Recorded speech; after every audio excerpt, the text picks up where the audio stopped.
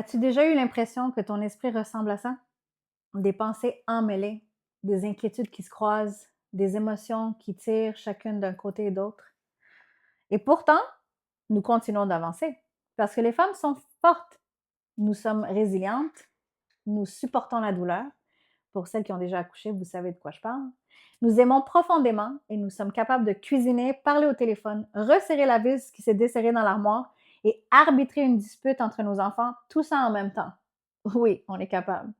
Mais aujourd'hui, Dieu n'est pas venu nous parler de force. Il est venu nous parler de plénitude. Proverbe 14, 1 dit: La femme sage bâtit sa maison et la femme insensée la renverse de ses propres mains. La différence n'est pas la capacité, ce n'est pas la force. La différence, c'est la sagesse. Alors la question est, d'où vient la sagesse? Jacques 1, 5, 6 dit: Si quelqu'un d'entre vous manque de sagesse, qu'il la demande à Dieu, qui donne à tous simplement et sans reproche, et elle lui sera donnée. Mais qu'il la demande avec foi, sans douter, car celui qui doute est semblable au flot de la mer, agité par le vent et poussé de côté et d'autre. La parole nous dit que la sagesse vient de Dieu. Elle ne s'improvise pas, elle ne s'hérite pas, elle se demande. Mais lorsque nous doutons, nous sommes emportés par le vent. Et quel est ce vent? Bien souvent, c'est nos propres pensées. Et ici, je veux que nous comprenions quelque chose d'important.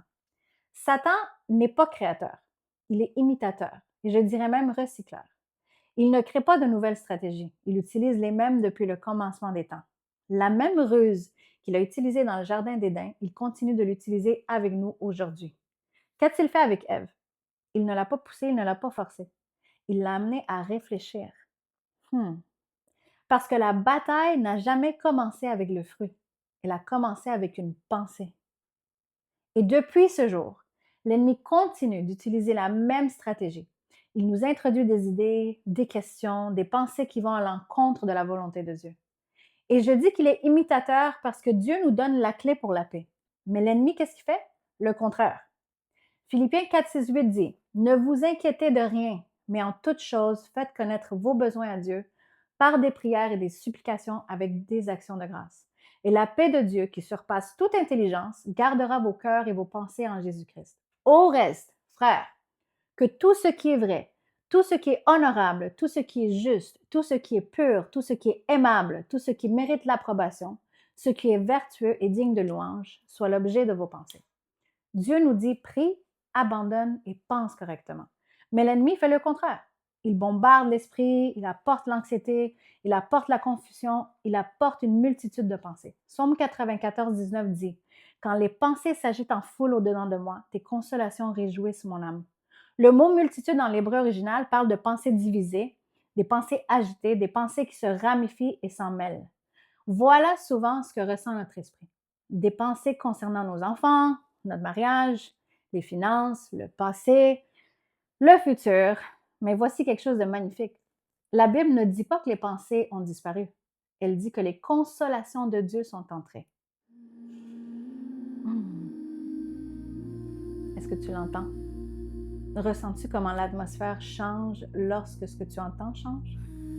C'est ce qui se produit lorsqu'une femme est remplie de la parole. L'atmosphère change.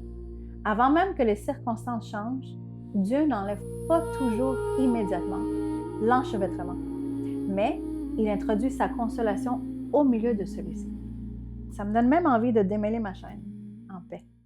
Et aujourd'hui, je veux que tu te souviennes de ceci. Une femme remplie de la parole n'est pas une femme sans pensée.